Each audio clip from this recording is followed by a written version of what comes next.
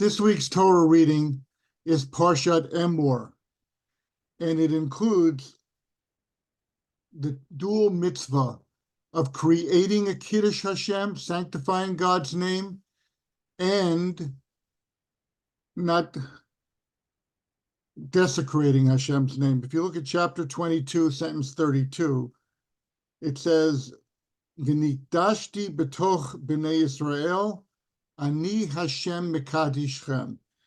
You should sanctify my name. You should sanctify me, the Lord, amongst the Jewish people. I am Hashem who provides you with sanctity. Now, if you think about the scope of the section of the Torah we're in, it goes back to the beginning of last week's Torah reading, which began Kedoshim Tiyu. We're encouraged to become holy people. Kedoshim Tiyu, Ki Kadosh Ani Hashem, because I, God, am holy. And this arc, which goes from chapter 19, sentence 1, all the way through chapter 22, at the end, sentence 32, 33, this arc is considered an arc of holiness, of defining what holiness is all about. So what does it mean to sanctify Hashem's name? It's a lofty idea in and of itself, because after all, God's holiness is integral. God is holy. We strive toward holiness through balancing and purifying and strengthening the spiritual aspects that we have within ourselves and curbing the aspects of ourselves that are earthy, that are not sanctified. And that's the process of being a human being. But what we see in this sentence in this week's Parsha of Emor, V'nikdashti b'toch b'nei Yisrael ani Hashem mekadishchem, is in a sense the fact that God's holiness in the world, God's sense of sanctification in the world is in our hands. We play a role in how sanctified God is perceived in the world. And it's an awesome, awesome responsibility. And hence you see people at times state that their mission statement in life is to create a Kiddush Hashem, to create situations where God's name becomes sanctified in the world. And I think each of us have encountered people like that, being in their orbit, seeing the way they operate. It evokes a sense of holiness. It evokes a sense of godliness in the world.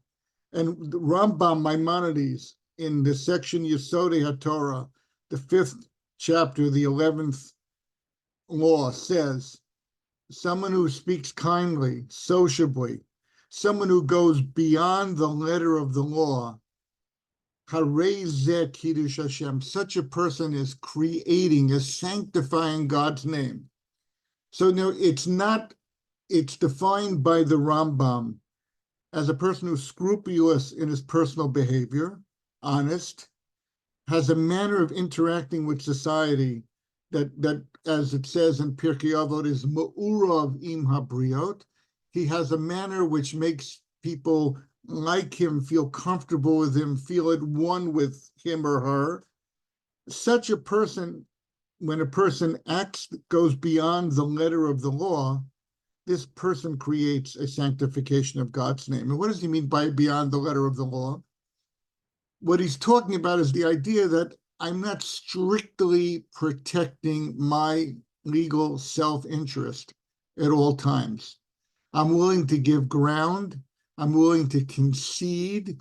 I'm interested in there being a yachat, a connection, a comfort level between myself and other people, and I'm not going to stand on every legal parameter in my favor, but I'm going to be the kind of person who's mavater, who gives ground to someone else, who wants to make room for others, who doesn't always insist on the full extent of my personal rights. And that's a big idea. So It's something beyond the legalistic.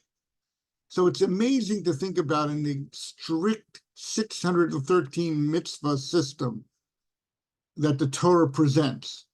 And when we talk about Haredi people who are trembling before God, the paradigm here of fulfilling this central platform of Judaism comes from going beyond the letter of the law and not insisting on one's own rights. And I used an example, a radical example of, in theory, the idea that when two people would have a court case, each one insisting that the other person's interests prevail. That was the image that was presented in that medrash that we quoted a few weeks ago. Certainly, we know the idea is that giving tzedakah, things that are not purely quantifiable, doing chesed, helping someone else, all of these ideas involve a person not going by the book, and as it says in Pirkei Avot, what's mine is mine and what's yours is yours, this very hard and fast approach. Interestingly, and we'll get to this in a few minutes, in Pirkei Avot itself, such a person is considered an average person, not particularly generous, not particularly selfish, but a person who stands their ground, in other words, wants to meticulously see to it that my interests are always protected, and at the same time, I'm not going to infringe on your interests. I'm careful to protect your interest as well. Such a person is a Beinoni, is an average person.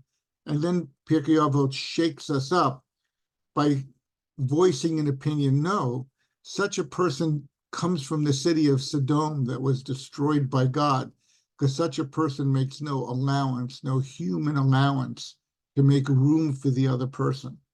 So these are ideas in the Torah which become supra-legal ideas because they're essential components of the Torah.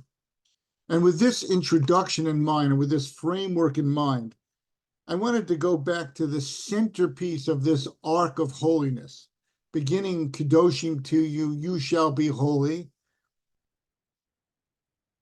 ending with create a sanctification of God in the world, and not quite in the middle, but in chapter 19, sentence 18, as we read last week, the centerpiece is V'ohavta l'reacha kamocha, love your neighbor as yourself, which very famously Rabbi Akiva identifies as Ze Klal Gadol BaTorah. This is a major principle of the Torah. It's a big principle. Now, let's understand there's a range of opinions in understanding this. And a goal of this class also is to get beyond platitudes. I love everyone. I love everyone. I would give everyone the shirt off my back. Just, I have considerations. Right now, I need to be wearing a shirt. And after all, I did pay for it. And after all, it happens to be my favorite shirt, so I wouldn't give it to anyone. Looking beyond such rigorous enforcement of the rules of the world and seeing the world with a different lens, seeing the world as a totality of interests and individuals is a major breakthrough. And perhaps that's what Rabbi Akiva is putting in front of us. That perhaps Rabbi Akiva can be best understood, because we're going to see people have a lot of difficulty with what Rabbi Akiva says, can best be understood as saying that, teaching us the idea that a person has to develop a scope of awareness and a scope of sensitivity in which, yes, you belong within that picture, but you're not necessarily the center of the picture, and you're not an outsized player in the picture, but you're in the picture as one of many people. And I think this is an idea that really appeals to me. Let's understand. The Ramban, Nachmanides, right away raises an objection in his commentary on the Torah. And he says, number one, it's not humanly possible for me to be as concerned about you as I am about myself. People aren't wired that way. He raises that as an objection. And then the Ramban Nachmanides also raises a legal objection.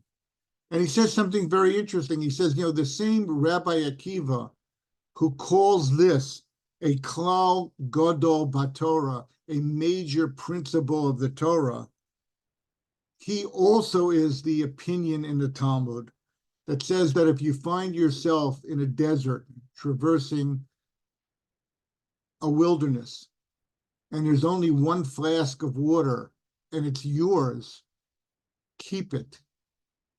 Don't share it with the other person so both of you will die of thirst, but rather chayecha kodmin, your life comes first. And in the scheme of thinking of the Ramban of Nachmanides and several other commentaries, there seems to be this limitation, this practical limitation on the nature of the commandment of love your neighbor as yourself, because it is a commandment. It's not it's not a goal statement, which is the way commentaries understand thou shalt be holy as an encompassing goal statement for a person to strive towards throughout their life. But rather, v'yohavta l'reacha kamocha is a practical, specific commandment. And I heard a talk by Rav Asher Weiss a few months ago, in which he said every time a person goes out of their way to do a kindness, to help someone else, to address someone else's needs, they are fulfilling a positive commandment of the Torah, v'yohavta l'reacha kamocha, thou shalt love your neighbor as yourself.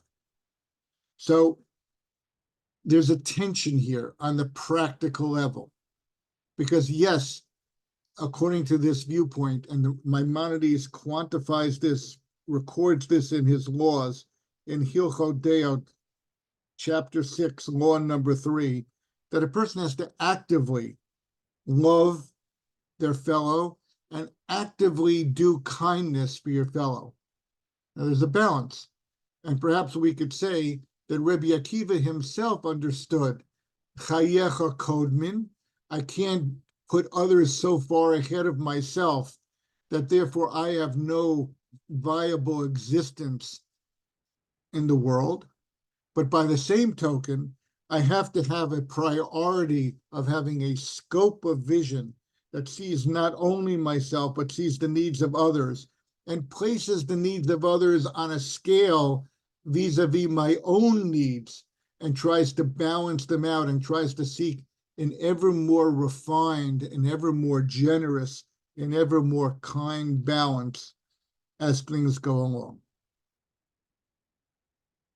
However, the Ramban, Nachmanides, that school of thought, which seems to be different, although Rabbi Asher Weiss holds that there's not a real distinction of opinion, but the Ramban seems to say that rather than this being an active, practical commandment, which would require me that when I open my wallet and I see what money is in my wallet, that I literally look around and I appraise my needs and the needs of others. And therefore I apportion an amount of money for tzedakah. I apportion an amount of money or amount of my time or amount of my effort or even a portion of my intelligence to figure out how I can best help someone else, because that's the level at which kindness operates on all those different levels.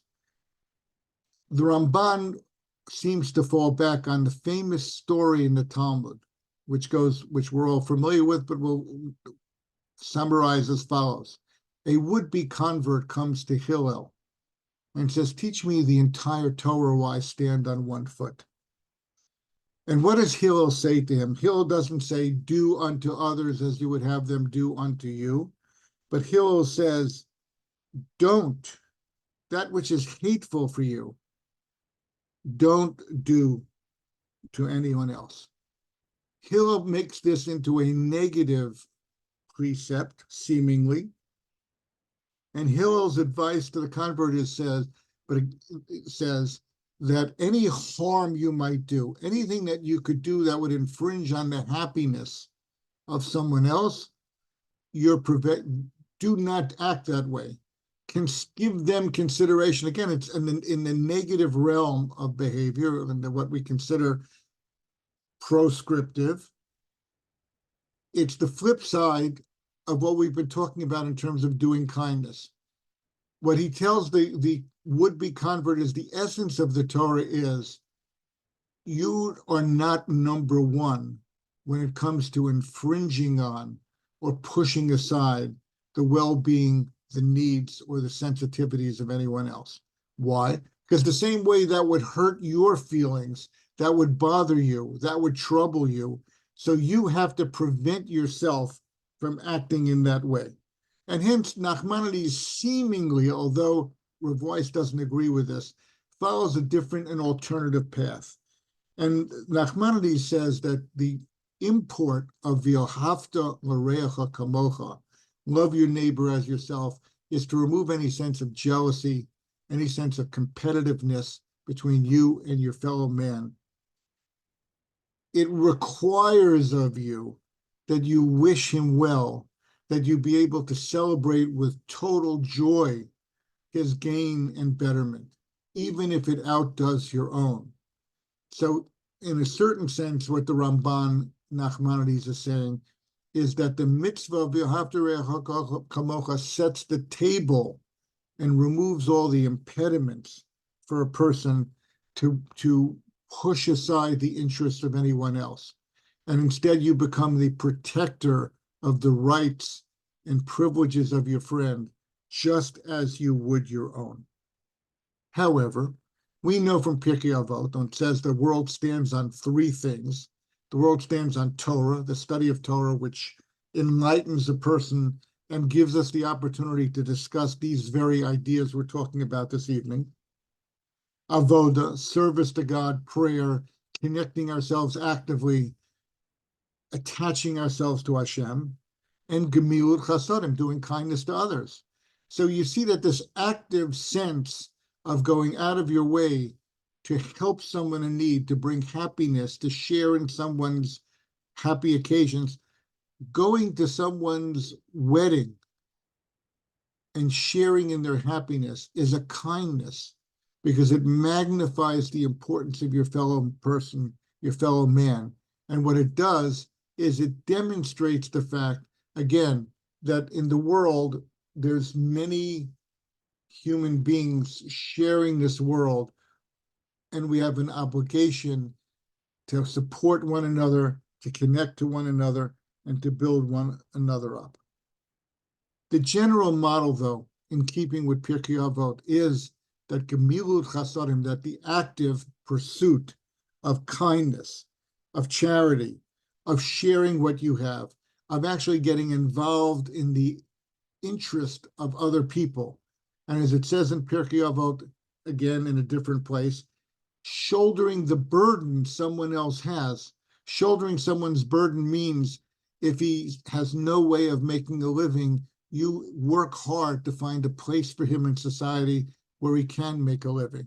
If he's suffering pain, you take the time to connect and empathize and find a way to show the person you have a tremendous sense of support for that person. If the person is in need of physical help, you help the person. You take of your time, you take of your money, you take of your wisdom, and you sit down and you actively involve yourself to shoulder that person's burden together with you. The consensus here has to be that actively being involved in pushing aside, mitigating your own self-interest on behalf of other people is the fulfillment of the mitzvah of the Torah of V'yohavta l'reacha kamocha. In chapter 19, the Mesilat Yesharim says that an essential quality of a person is the extent to which they're engaged in helping other people. And he quotes the statement that if a person's seeking rachamim, seeking mercy from God, it will only be provided to the person to the extent that the person shows mercy for other people, that the person is actively involved in visiting the sick and helping that person find remedies to their illness and helping support that person in terms of their frame of mind, in terms of their hopefulness, and in terms of other responsibilities that the person's not able to discharge. I see a connection here with the sense of im ein ani li mili, of this balance pointing in the direction as follows. Hillel famously says, if I am not for myself, who will be for me? However, im rak le'atzmi mo'ani, but if I'm only out for myself, what am I? What am I? Am I a person? Can I consider myself involved in the process of sanctification of the world, of Kedoshim Tiyu, of being mindful of Nidashti B'toch B'nei Yisrael, creating a Kiddush Hashem? I can't possibly be that way. And I'll show you a very practical, real example. The Talmud, in an interesting case that Rav Asher Weiss quotes, says the following. Sometimes in the course of human events, people get angry at another person. And with the option of making a neder, an oath, a person could actually make the following oath. I swear that this other person will never benefit from me whatsoever. That's such an oath. Out of anger, you can see a person doing that. You will get no benefit out of me ever. And I make that as an oath. Now, the nature of oaths are that if a person makes an oath, but sees that there was a frame of mind or a lack of awareness on their part when they made the oath, they could go to three chachamim, three wise people, to a beit din, and they could put forward a case. We want you to uproot my words and make them as if they never happened. And I regret having said what I said because of a reason. So the Talmud in the Durham, page 65, says something very interesting. It says that if a person ever were to make such a neder, and then had a change of heart and wanted to remove that neder, the force of those words, which became a legal entity in the world, the Beit Din could say to the person, you realize that with that neder, you're pushing aside the mitzvah of V'ahavta l'reacha kamocha. You're preventing yourself from fulfilling an essential, important part of the Torah. And the Talmud rules that with the Beit Din saying that to the person says, you're right. I therefore regret what I said. That becomes the basis for undoing and removing that neder, the force of those words, that oath that the person took. So in summary, here's what I want to conclude. Pirkei Avos tells us Aaron, Moshe's brother, is the paradigm that we should of a personality we should follow. What does it say about Aaron? Ohev Shalom, he loved peace, harmony. Rodev Shalom, he chased after it. It's something he pursued. You can only pursue peace if you're willing to give ground and if you're willing to make allowance for the other person, probably even more allowance than is called for in most situations. Ohev et habriot, he exuded a sense of love. V'ahavta l'reacha kamocha, he loved other people. He wanted to be connected to them. It hurt him to feel a sense of disconnect from a fellow human being, just as like on a spiritual level, when a person would feel a disconnect in their relationship with God, it would hurt the person.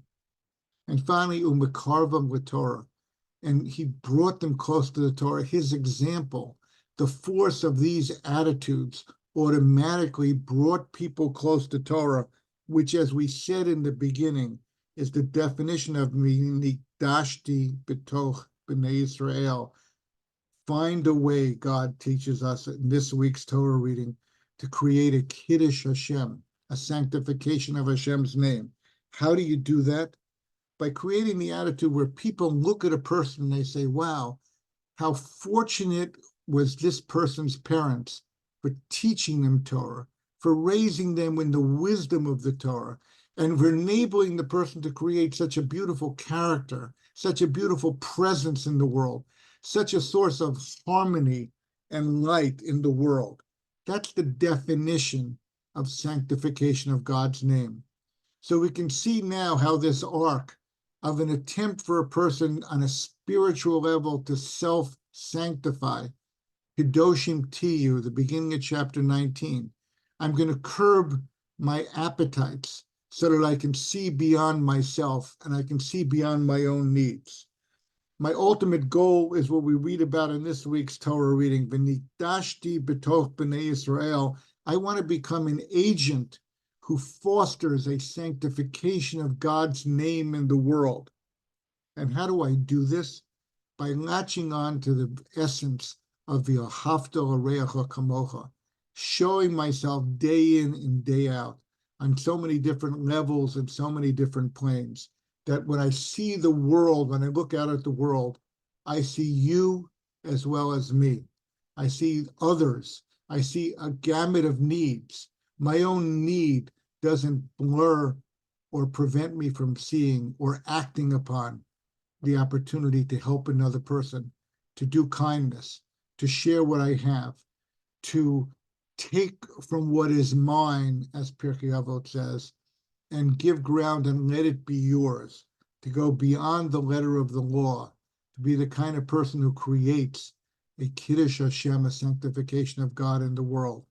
And those are the pieces of the puzzle that these complicated ideas of not hating your fellow, not taking revenge, being the kind of person who is willing to go, as Maimonides says, beyond the letter of the law. Know the law.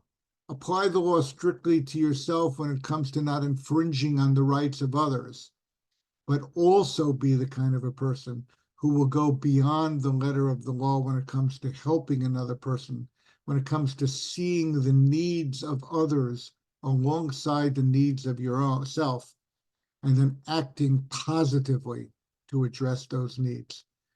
Doing so, the Torah here in these chapters of Kedusha, these chapters of holiness, as they're referred to by the rabbis, give us all the ingredients, sets the table for us to be fulfilling of the idea of creating a Kiddush Hashem. What could be more uplifting than to feel as though the very creator of the world, to whom we owe everything, God's name is sanctified and increased and strengthened through the manner in which I conduct myself. What a lofty status and opportunity God has given us.